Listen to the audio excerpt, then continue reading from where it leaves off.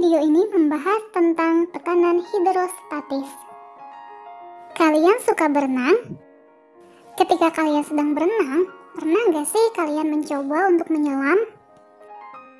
Dan ketika kalian menyelam, kemudian menyelamnya semakin dalam, apa yang kalian rasakan ketika sedang menyelam? Apakah dada kalian terasa sesak?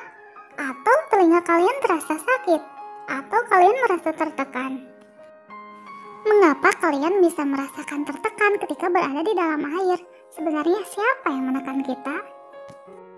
Untuk mengetahui jawabannya, yuk kita simak video ini sampai selesai. Air merupakan salah satu jenis zat cair. Dan zat cair merupakan fluida. Apa itu fluida? Fluida adalah zat alir atau zat yang dapat mengalir. Contohnya, yang termasuk ke dalam fluida adalah zat cair dan gas. Fluida yang diam pada suatu tempat atau suatu wadah disebut fluida statis. Karena semua zat termasuk fluida memiliki massa juga memiliki berat, maka fluida akan memberikan tekanan walaupun dalam keadaan diam atau statis. Air termasuk ke dalam salah satu jenis fluida. Setiap benda yang ada di dalam air, baik sebagian atau seluruhnya, akan mengalami tekanan oleh air. Contoh sederhananya seperti ini. Ketika ada sebuah kantong plastik kemudian diisi air, kemudian kantong plastik tersebut ditusuk, maka dengan segera air akan keluar dari kantong plastik tersebut. Hal tersebut membuktikan bahwa air memberikan tekanan, dan ketika ada celah, maka air akan segera keluar. Tekanan yang ditimbulkan oleh fluida yang diam atau zat cair yang diam disebut dengan tekanan hidrostatis. Tekanan hidrostatis yang dialami suatu titik atau dialami suatu benda di dalam zat cair diakibatkan oleh gaya berat fluida itu sendiri yang berada di atas titik tersebut. Semakin dalam posisi suatu titik atau suatu benda dari permukaan, maka tekanan hidrostatisnya semakin besar karena lapisan zat cair yang menekan benda tersebut juga semakin banyak. Salah satu bukti bahwa tekanan hidrostatis dipengaruhi oleh kedalaman zat cair bisa dilihat dalam percobaan berikut.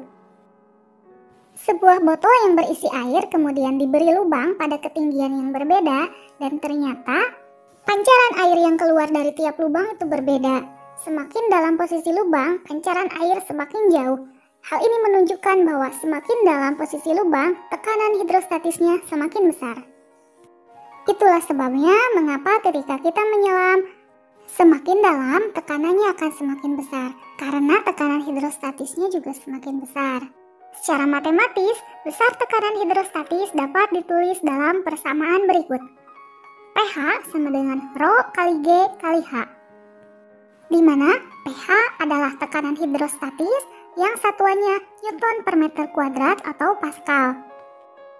Rho adalah massa jenis zat cair yang satuannya kilogram per meter kubik. G adalah percepatan gravitasi bumi yang satuannya meter per sekon kuadrat. Dan H adalah kedalaman yang satuannya meter. Jadi berdasarkan rumus tersebut dapat disimpulkan bahwa tekanan dalam zat cair atau tekanan hidrostatis hanya bergantung pada jenis dan kedalaman zat cair.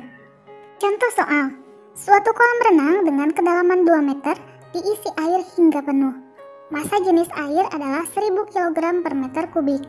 Jika percepatan gravitasi di tempat itu dianggap 10 meter per sekon kuadrat, tentukan besar tekanan hidrostatis pada suatu titik yang terletak pada kedalaman 50 cm dan 100 cm atau 1 meter. Berdasarkan soal tersebut diketahui bahwa Rho atau massa jenis sama dengan 1000 kg per meter kubik. G atau percepatan gravitasi sama dengan 10 meter per sekon kuadrat. H atau kedalaman sama dengan 50 cm. Dijadikan meter sama dengan 0,5 meter. Ditanyakan pH atau tekanan hidrostatis. Masukkan ke dalam rumus. pH sama dengan Rho kali G kali H sama dengan 1000 kg per meter kubik kali 10 meter per sekon kuadrat kali 0,5 meter.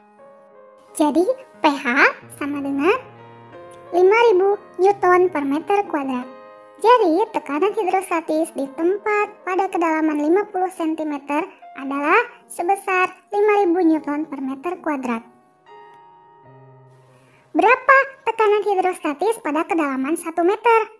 Kita tinggal masukkan saja H-nya sama dengan 1 meter. pH sama dengan Rho kali G kali H sama dengan 1000 kg per meter kubik kali 10 meter per sekon kuadrat kali 1 meter. Sama dengan 10.000 Newton per meter kuadrat. Berikut ini merupakan contoh aplikasi tekanan hidrostatis dalam kehidupan sehari-hari. Yang pertama, dinding bendungan bagian bawah didesain lebih tebal daripada dinding bagian atas agar bendungan tidak jebol dengan besarnya tekanan hidrostatis pada bagian bawah. Yang kedua, pembuatan kolam renang. Dasar kolam renang bisa dipertebal pada bagian samping luar sehingga bentuknya menjadi melebar ke bawah. Di bagian luar bisa juga dipertebal pada bagian samping dalam sehingga bentuknya seperti bentuk gelas yang mengecil pada bagian bawah. 3. Kapal selam.